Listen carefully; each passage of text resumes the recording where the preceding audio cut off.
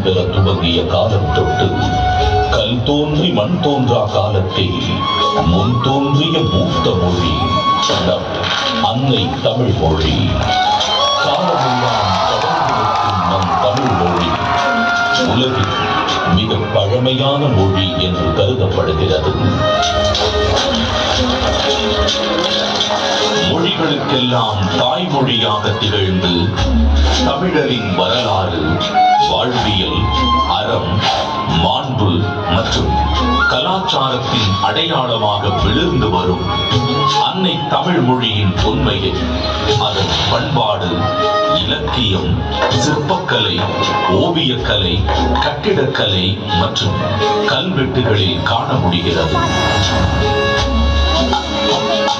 3 பிரிவுகள், 133 அதிகாரங்கள், மொத்தம் 1330 குறள்களில் இப்பாரினை அளந்து இவ்வுலகிற்கு இன்றியமையாத பொதுமறையை இயற்றி தந்த தமிழ் தாயின் தலைமகன், வையத்துள் வாழ்வாங்கு வாழ்ந்த தெய்வ புலவர் திருமகனார்.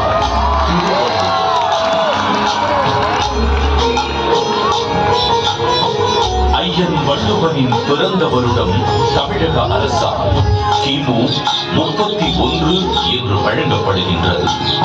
சென்னையின் மயிலாப்பூரில் வாழ்ந்ததாக கருதப்படும் இவர் காவிரி பாக்கத்தை ஒட்டி வாழ்ந்து வந்த மார்க்செயின் என்பவரது மகள் வாசுகியை மணமுடித்தார் என்றும் கூறப்படுகின்றது. தன்னை பற்றிய குறிப்புகள் மிக குறைவாகவே கிடைக்கப் பெற்றுள்ள போதிலும் தன் சொற்களால் தமிழ் கடத்தி சாதி மத வேதங்களை களைந்து மனிதத்தை உயர்த்தி பிடித்தவர் வள்ளுவர் திருமகனார்.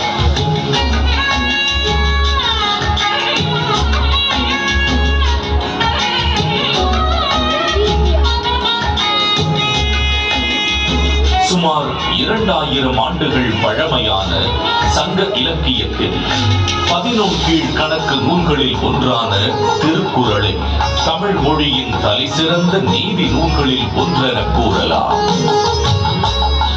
1.5 அடியில் 7 சொற்களில் மட்டுமே கொண்டு எழுதப்பட்டு ரத்தின சுருக்கமாக, அதே நேரத்தில் மிக ஆழமான கருத்துக்களை வெளிப்படுத்தும் நூலாக, மிகச்சிறிய வார்த்தைகளில் மிகப்பெரிய தத்துவங்களை அடக்கியுள்ள நூலாக இருக்கும் திருக்குறள் இன்றும் அது பகுத்தளிக்கும் நெறிமுறைகளுக்காகவும் அது வழங்கக்கூடிய பகுத்தறிவிற்காகவும் தமிழர்கள் மட்டுமல்லாது பல்வேறு மக்களாலும் விரும்பி போற்றப்படுகிறது.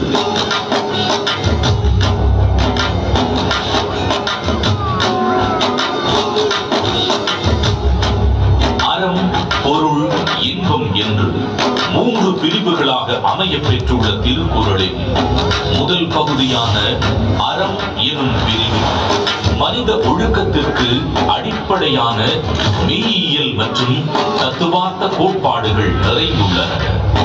உதாரணத்திற்கு, காலத்தினால் செய்த நன்றி சிறிதெனினும் ஞானத்தின் மானப் பெரிது எனும் குறள் ஒருவர் செய்யும் உதவி மிகச் சிறியதாக இருந்தாலும் அதை தக்க காலத்தில் செய்தால் அது இவ்வுலகை விட பெரியது என்று கூறுவதன் மூலம் நட்பின் மேன்மையை, உதவி செய்வதன் முக்கியத்துவத்தையும் எடுத்துரைக்கிறது. அடுத்த பிரிவான பொருட்பாலில் வாழ்வுக்கு தேவையான பொருளீட்டுதல், சுய மற்றும் சமூக முன்னேற்றத்திற்கான குறள்கள் இடம்பெற்றுள்ளன. உதாரணத்திற்கு, கற்க கசடர கற்பவை கற்றபின் நிற்க அதற்கு தக எனும் குறளில் கல்வியின் முக்கியத்துவம், கல்லாமையின் தீங்கு, பொருள் கூர்ந்து கற்றல், அதன் பின் அறவழி நடத்தல் போன்ற எக்காலத்திற்கும் பயன் பெறும் கூறுகள் இடம்பெற்றுள்ளன. 3ஆம் பிரிவான இன்பத்துப்பாலில் இல்வாழ்க்கைக்கு தேவையான அகக்கூறுகள் இடம்பெற்றுள்ளன. உதாரணத்திற்கு, உடம்பொடு உயிரிடை எண்ணமற்றன, மடந்தையொடு எம்மிடை நட்பு எனும் குறள் உடலும் உயிரும் பிரியாமல் ஒன்றாக இருப்பது போல இல்லற வாழ்க்கையில் இருப்போர் ஒன்றாக இருத்தல் வேண்டும் என்ற பொருளுடன் காதலின் சிறப்பையும் இல்வாழ்வின் மேன்மையையும் உணர்த்துகிறது. ஏறத்தாழ 60க்கும் மேலான உலகின் பல்வேறு மொழிகளுக்கு மொழிபெயர்க்கப்பட்ட திருக்குறள் உலகெங்கும் அதிக அளவில் மொழிபெயர்க்கப்பட்ட சமயம் சாரா நூல்களில் ஒன்றாக திகழ்கிறது. திருக்குறளின் இலக்கிய வடிவமும் பொருளடக்கமும் அதன் செம்மொழி தன்மையை வெளிப்படுத்துவதுடன் உலக இலக்கியத்தின் ஒரு மாபெரும் ஆவணமாகவும் விளங்கி தமிழின் தொன்மையையும் தமிழர்களின் பெருமையையும் இப்புவியெல்லாம் கொண்டு சேர்த்துள்ளது. வள்ளுவருக்கும் அவருடைய குறளுக்கும் பெருமை சேர்க்கும் வண்ணம் அன்றைய தமிழகத்தின் முதலமைச்சராக இருந்த முத்தமிழறிஞர் டாக்டர் கலைஞர் மு. கருணாநிதி அவர்கள் திருக்குறளுக்கு உரை எழுதியது மட்டுமல்லாமல் பேருந்துகளில் திருக்குறள், பள்ளிப்பாடங்களில் திருக்குறள், திருக்குறள் கவியரங்கம், திருக்குறள் ஆய்வு என எளிய மனிதருக்கும் வள்ளுவரை கொண்டு சேர்த்தார். அவரது புகழை நிலைநாட்டும் விதமாக 1975 தொடங்கி பல இன்னல்களுக்கு பின்னர் 2000ஆம் ஆண்டு குமரி முனையில் 133 அடி உயரமுள்ள திருவள்ளுவர் கற்சிலையை திறந்து வைத்தார்.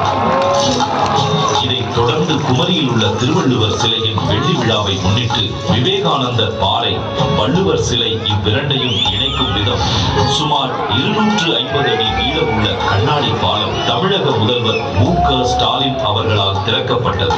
இந்தியாவின் முதல் கடல் மேல் கட்டப்பட்ட கண்ணாடி பாலம் இது என்பது வள்ளுவருக்கு மற்றுமொரு மணிமுடி. திருக்குறளை கொண்டாடும் பல முன்னெடுப்புகளில் முக்கியமான ஒன்று திருவள்ளுவரின் முக்கியமான நினைவு சின்னங்களில் ஒன்றான சென்னை நுங்கம்பாக்கத்தில் முத்தமிழறிஞர் டாக்டர் கலைஞர் மு. கருணாநிதி அவர்களது நேரடி கண்காணிப்பில் 5 ஏக்கர் பரப்பளவில் தோரணவாயில், அரங்க மண்டபம், கருங்கல் தேர் கோபுரம் என மிக விமர்சையாக வள்ளுவர் கூட்டம் 1976ஆம் ஆண்டில் உருவாக்கப்பட்டது.